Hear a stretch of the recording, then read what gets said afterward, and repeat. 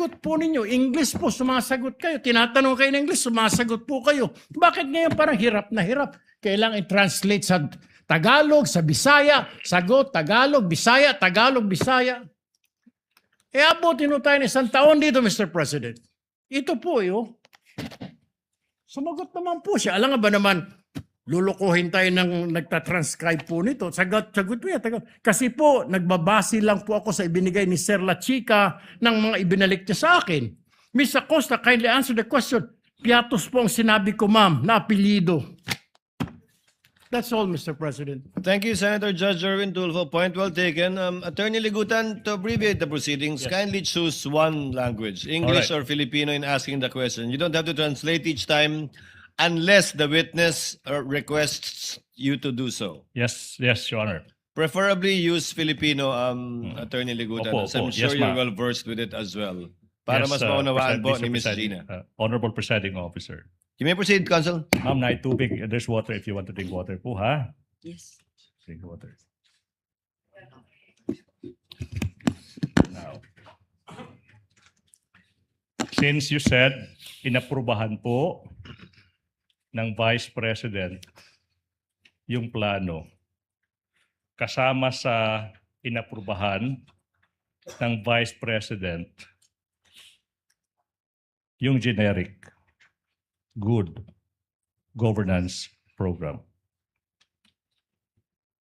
I-approve niya, Your Honor. Okay. In fact, ma'am, yun din po yung naging tugon nyo sa same line of questioning noong November 25, 2024, as shown by that portion of that transcript. You confirm that it was may approval po ng head of agency at saka yung head of agency is the respondent in this case, Sara Zimmerman Duterte, Vice President. Tama po ba? Tama po, Your Honor. Let's proceed po sa susunod na punto. Let's go to the physical and financial plan naman. This time, para naman sa 2023. From Good Governance Program, ma'am, this time, Attorney J, it can be seen sa plano, this time, hindi na good governance program, kundi nakasulat dyan, socio-economic program delivery. With the indulgence of counsel, can the tech please zoom in? Yes, kindly zoom in on it.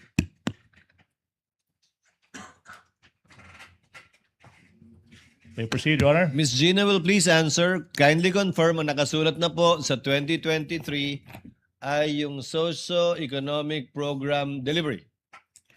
Yes, Your Honor. Hindi na po good governance program. Yes, Your Honor. Proceed, Your Honor. But,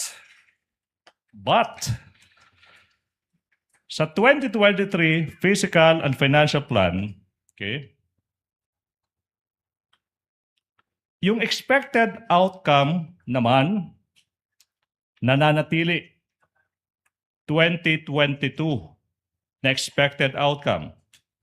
Nakasulat, safe implementation of OVP initiatives and confidence building for 2022. Same expected outcome, safe implementation of OVP initiatives and confidence building. Tama po ba? Tama po, Your Honor. Ma'am, pwedeng mas malapit pa sa mikropono para po marinig. Again, may tubig dyan, ma'am, ha? If you want to drink water now. Therefore, masasabi natin, base sa dokumento, ma'am, yung 2023 Physical and Financial Plan, kopya lang. Kopya lang ng number 1, physical target galing sa 2022. Tama po ba? Objection, Your Honor. The document would speak for itself because the prosecution is asking the witness what is already based on the document as the question is framed, Your Honor. Witness may answer. I'm just not so sure if she understands the word copy, but so Ma'am Gina, pareho lang po ang nilalaman ng Fiscal and Financial Plan ng 2022 at 2023 maliban dun sa nag-iisang unang column. Tama po ba? Yes, Your Honor. Yes, Your Honor. Now, proceed. Same with budget for each quarter. Para sa fourth quarter ng 2022, 125 billion pesos. Para naman sa budget na hinihingi ng Office of the Vice President para sa unang quarter, pangalawang quarter, third quarter, fourth quarter ng 2023, ma'am. Kopyang-kopya yung amount. 125 million pesos. Tama po ba? Tama, Your Honor, kay mao man na ang nakabutang sa GAA, Your Honor. Yun. Proceed, Your Honor. You may tama daw dahil yun daw ang nakalagay sa GAA. Both the 2022 Fiscal and Financial Plan and the 2023 version provided for broad program under po sa programs, activities, and projects. Sa 2022, Good Governance Program. Sa 2023 naman, Socio-Economic Program. Pero as to budget, pareho. Yes or no? Pareho, Your Honor. As to expected outcome, pareho. Pareho, Your Honor. All right. Now, let's go to this physical target naman. In the 2023 Physical Plan, same observation ba, ma'am?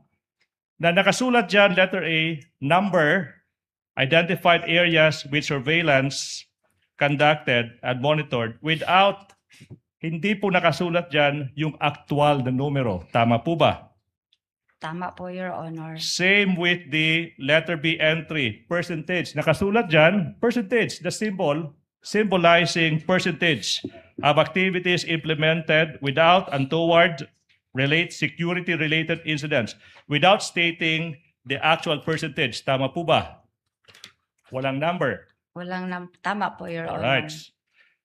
In fact, you admitted, Madam, in the November 25, 2024 Committee on Good Government hearing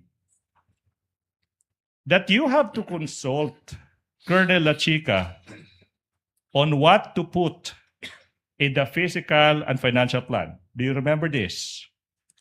Yes, Your Honor. Yan. The programs, yung programa po, yung mga ini-expect nating resulta sa mga programa, yung mga targets ng mga plano, lahat ng ito ay gawa, ay galing kay Colonel La Chica. Di po ba? Unsa to, Your Honor? Mhm. Ay, sorry, I will repeat. Kindly repeat, Counsel.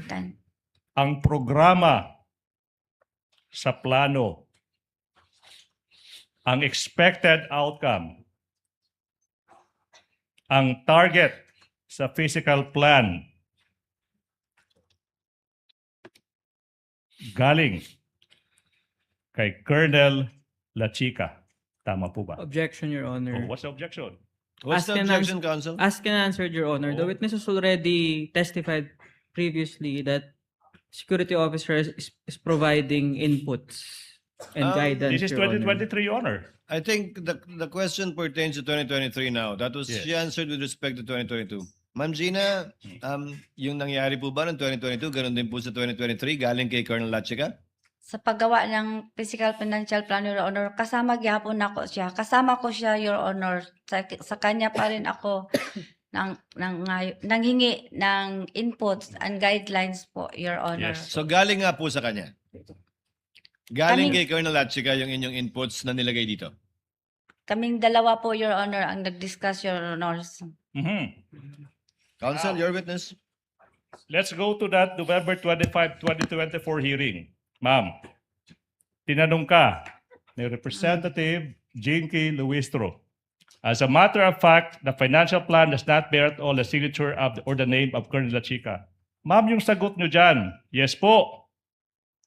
Pero sa kanya po ako humihingi ng inputs or information with regards to the implementation of all these projects included in the confidential funds. This is what you said under oath in November 25, 2024. Under oath. Opo. Tama po ba? Your Honor, please. Ma'am, did you answer? Opo? Opo. Opo, ma'am. Your Honor, it's 12. Can I ask one question and I move for lunch break? Yes, Counsel, you Before may. we proceed to the next question. Ito yung tanong now.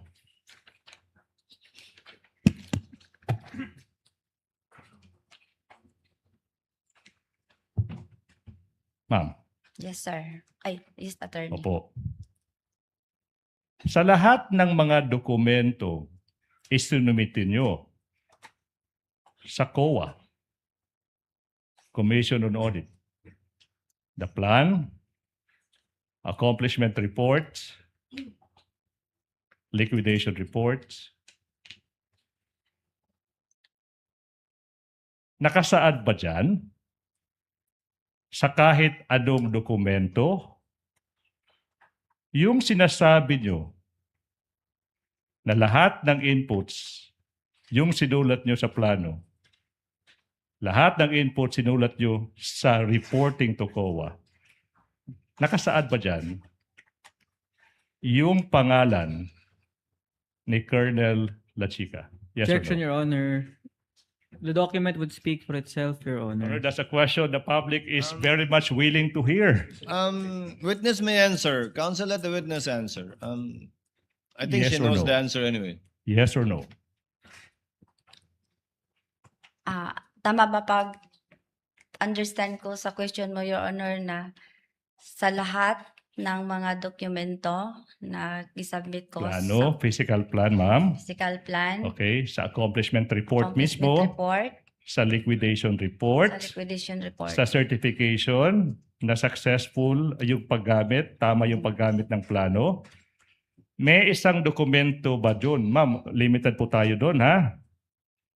Na ipinakita nyo sa publiko na si Colonel Lachica yung nagbibigay sa iyo ng input sa mga plano, saka siya yung nag-implement ng mga programs, activities. Meron ba doon?